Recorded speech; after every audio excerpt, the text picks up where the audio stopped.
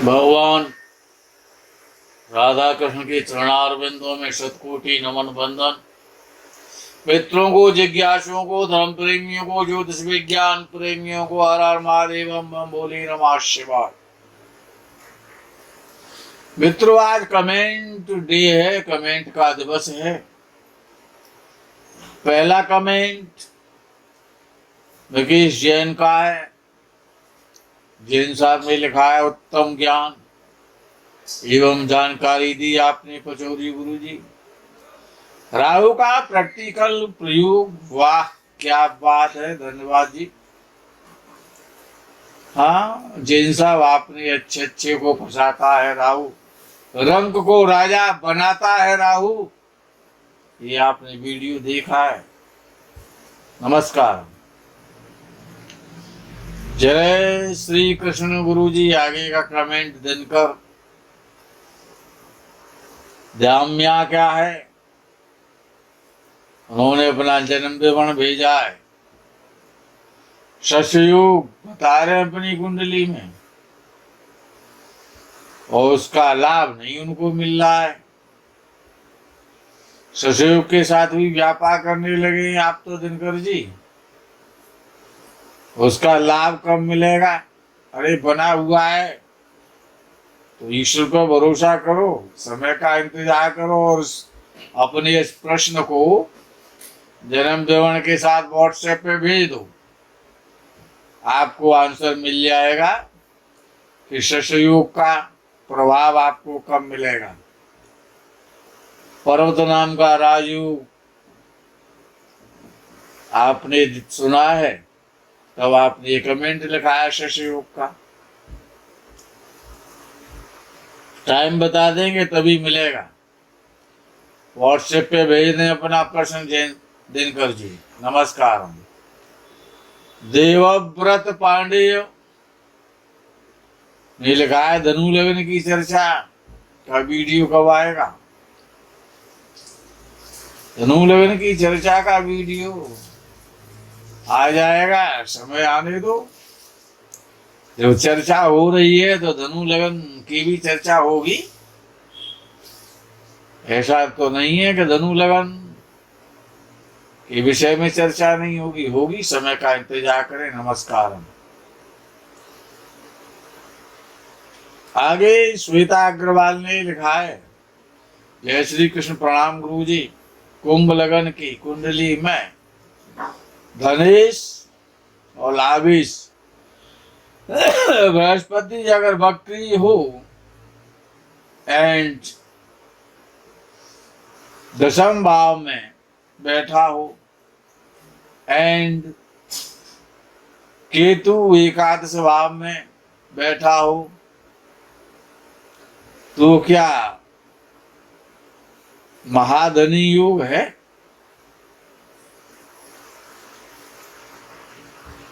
ओ, महाधनी योग केवल बैठने से तो नहीं बनता है, उसमें आपको ये भी देखना पड़ेगा जो अन्य शर्तें हैं,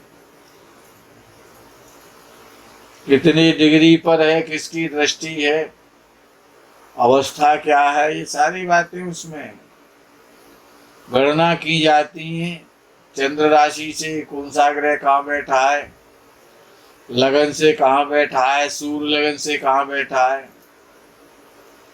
अब केवल कुंभ लगन की कुंडली में इतने से काम नहीं चलता है। यदि आपको कोई प्रश्न पूछना है, आपका प्रश्न है, तो अपना जन्म विवरण भेजें, व्हाट्सएप पे भेजें। निःशुल्क कुंडली कार्यक्रम का इंतजार करें। श्वेता जी, आपको आंसर निश्चित रूप से मिलेगा। नमस्कार। प्रवीण कुमार वर्मा जी ने लिखा है, हर हर महादेव बम बम भोले नमः शिवाय। वर्मा जी, आप सदा चिरंजीवी हों, दीर्घायु हों। आगे का कमेंट ऋषि अग्रवाल ने लिखा है, अग्रवाल साहब ने लिखा है, जय श्री महाकाल, प्रणाम गुरु जी। आगे लिखा है, यदि लग्नेश एवं द्वादशेश एक ही घर हो एवं उच्च राशि का हो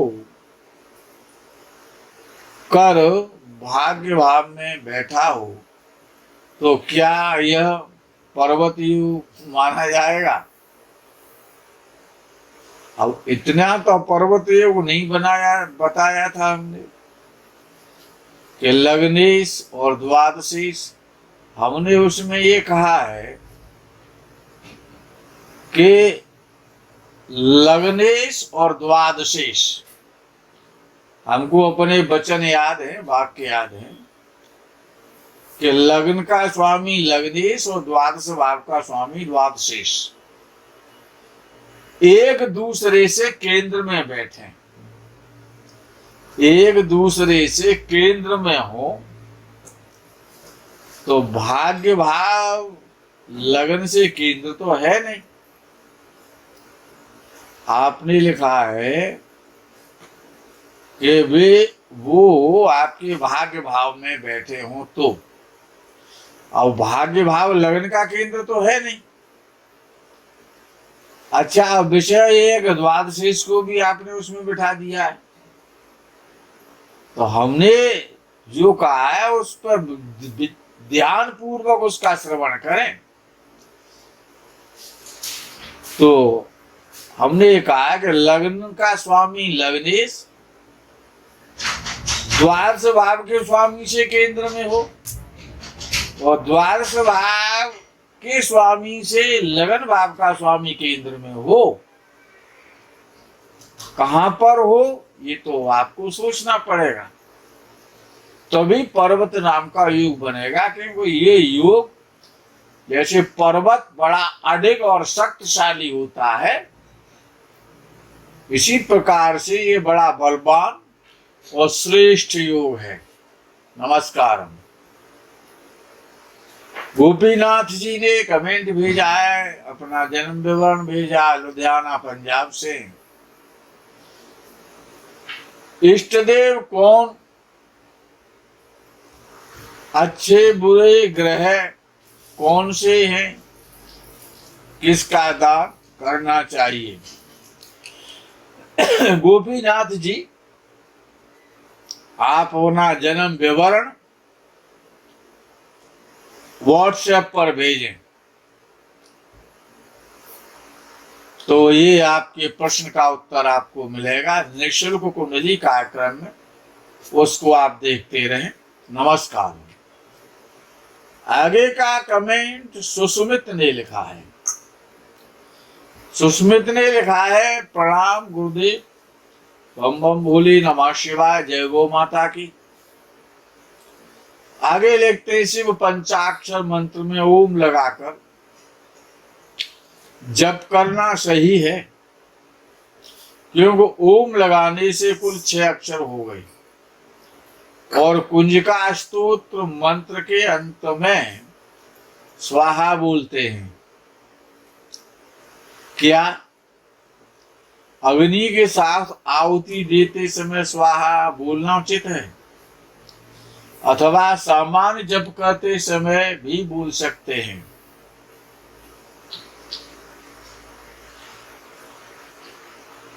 कमेंट रूपी जिज्ञासा सुस्मित आपकी अच्छी है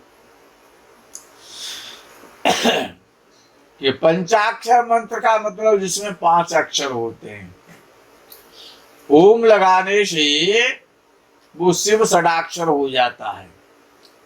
लेकिन सुस्मित एक बात और याद रखना कि ओम जो अक्षर है वो स्वयं अपने में पंचाक्षर है, स्वयं अपने में पंचाक्षर है, उसमें पंच मकार है, पंच ओमकार है, तो वो स्वयं ही पंचाक्षर है। अगर कोई व्यक्ति ओम ओम ओम यदि बोलता है तो इसका फल भी पंचाक्षर का ही फल मिलता है, पंच प्रणव है ना।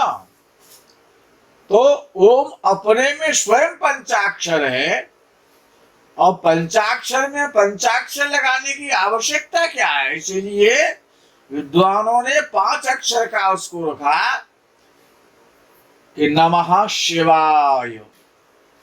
ये पंचाक्षर बनता है। ओम तो स्वयं पंचाक्षर है, तो उसमें दोष पैदा हो जाता है। इसीलिए पंचाक्षर में पंचाक्षर मंत्र जो स्वयं ओम है, वो ओमकार स्वयं पंचाक्षर है।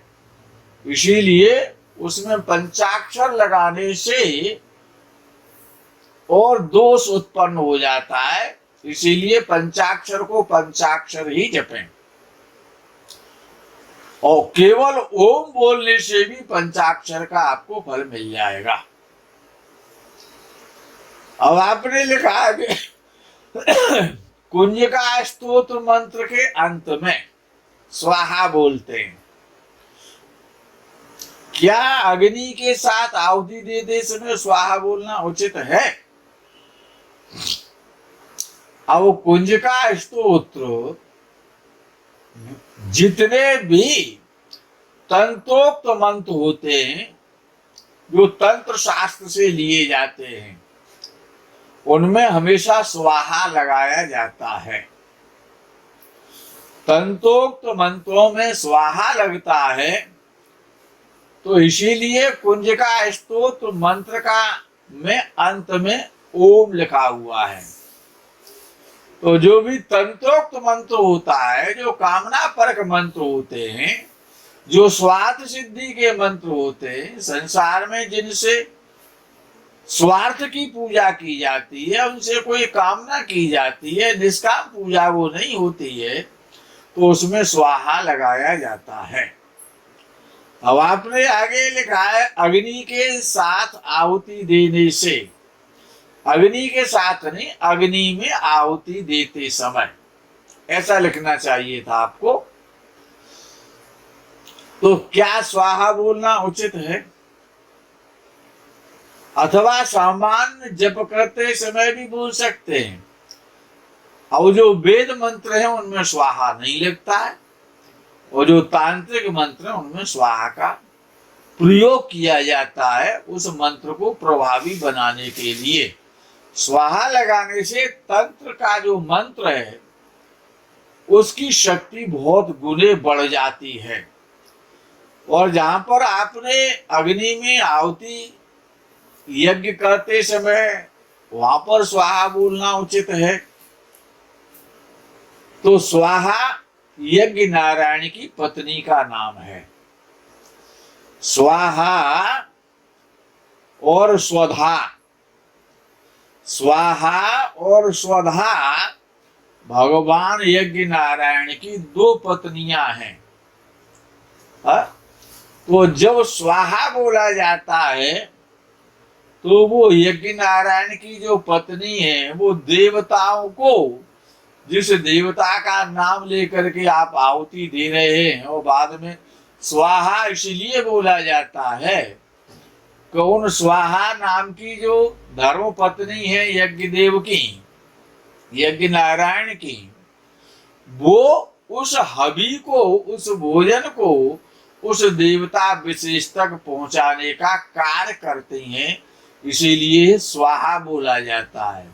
जब देवताओं का हवन होता है तो उसमें स्वाहा बोलते हैं, और जब पितरों का कार्य होता है तो वहां पर ये कार्य, ये डिपार्टमेंट स्वधा को दिया गया। स्वधा है तो तर्पण में या देव पितृ के कार्य में, जो पितृश्वरों के जो कार्य होते हैं उसमें स्वधा बोला जाता है। तो स्वधा का काम होता है कि आप जो भी पितरों को अर्पित कर रहे हैं, तो वहां स्वधा बोलने से वो स्वधा देवी और उस आपके प्रसाद को और आपके पितृश्वरों तक पहुंचाने का कार्य करती हैं।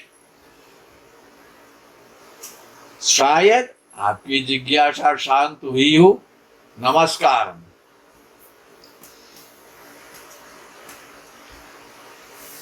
आगे अजय गुप्ता जी ने लिखा है, प्रणाम गुरुजी, आपने लगन की जानकारी अच्छी लगी, धन्यवाद।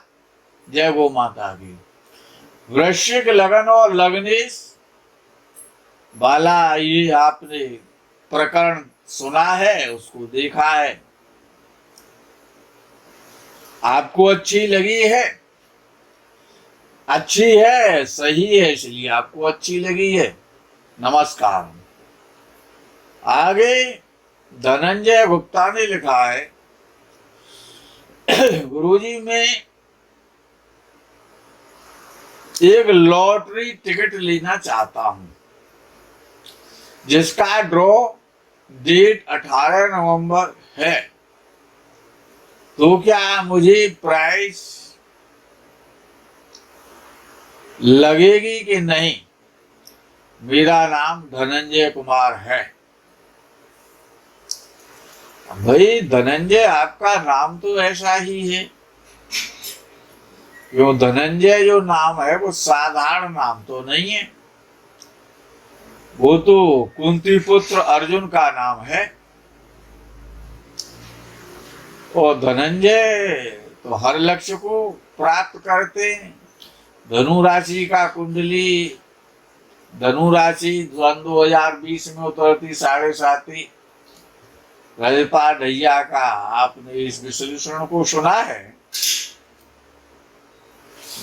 लेकिन लॉटरी प्राप्त करने के लिए राहु और केतु जब तक पंचम भाव से संबंध नहीं करते हैं और साथ ही साथ पंचम भाव पर किसी पाप ग्रह की दृष्टि नहीं होनी चाहिए और पंचमेश बलवान होना चाहिए, शुभ ग्रहों से देखा जाए, तभी इस प्रकार का योग बनता है।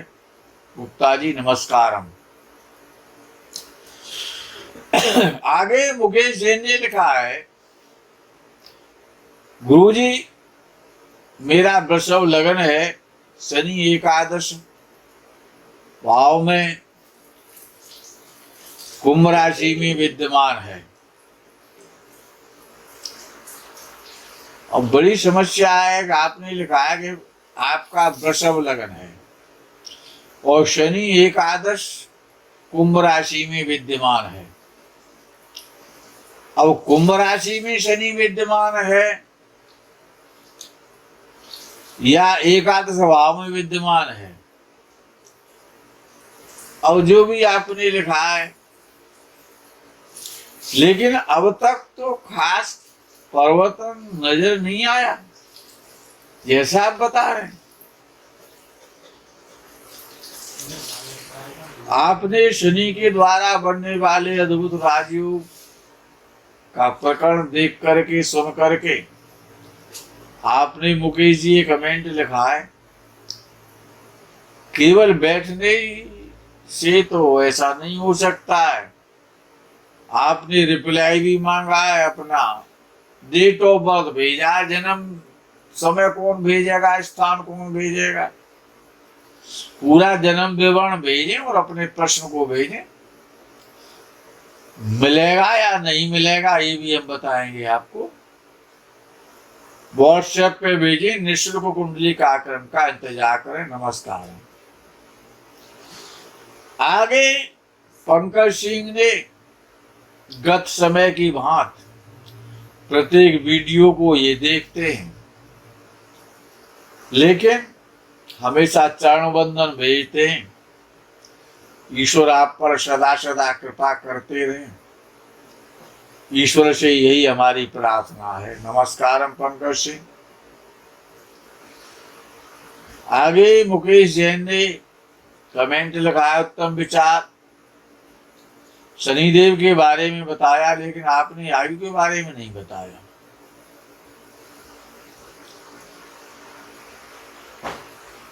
आयु के बारे में तो आपको भी पता है, इसलिए तो आप कह रहे हैं कि आयु के बारे में नहीं बताया।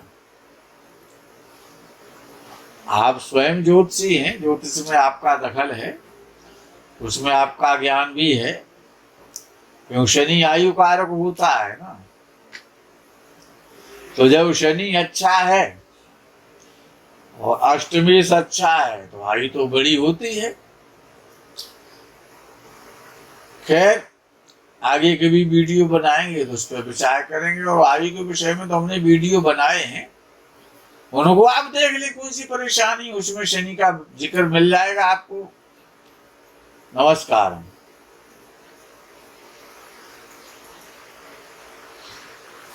आगे मुकेश जी ने फिर एक कमेंट लिखा है, कुंडली में कब और कैसे बनता है अरबपति योग? आपने ये वीडियो देखा है, इन सब आपने लिखा है, ऐसे तो कैसे पता चलेगा पचौरी गुरु जी? आप हमको कोई कुंडली प्रैक्टिकल बताएं तो समझ में आएगा। अगला वीडियो ऐसा प्रैक्टिकल वीडियो बताएं श्रीमान जी, जैसे कि वृषभ राशि की कुंडली का वीडियो बताने का कष्ट करें। इसका मतलब आपकी वृषभ राशि हो सकती है। वृषभ राशि पर आप इसीलिए प्रयास कर रहे हैं कि वृषभ राशि की कुंडली का वीडियो बताएं। अब वृषभ राशि की कुंडली तो वो गोचर में देखा जाता है, और प्राय जो योग बनते हैं तो लगन कुंडली से बनते हैं। तो यदि आपका वृषभ लगन है तो उस पर वीडियो बना देंगे, लेकिन वृषभ राशि पे वीडियो नहीं बन पाएगा। तो वृषभ राशि पे तो वीडियो बनाएंगे तो वो तो गोचर हो जाएगा। इसलिए जितने भी ये राजयोग और अरबपति योग, जितने भी प्रकार के योग बनते हैं, बहुत सारे योग हैं, हजारों योग हैं, वो जन्म कुंडली के आधार पर बनते हैं। कुछ योग हैं जो कि चंद्र के द्वारा बनते हैं। तो इसीलिए अपना प्रश्न स्पष्ट करें, और अपने प्रश्न को जन्म विवरण के साथ और व्हाट्सएप पे भी निःशुल्क कुंडली कार्यक्रम का इंतजार करें। नमस्कारम, हर हर महादेव, बम बम बोले, नमः शिवाय, जय गौ माता की।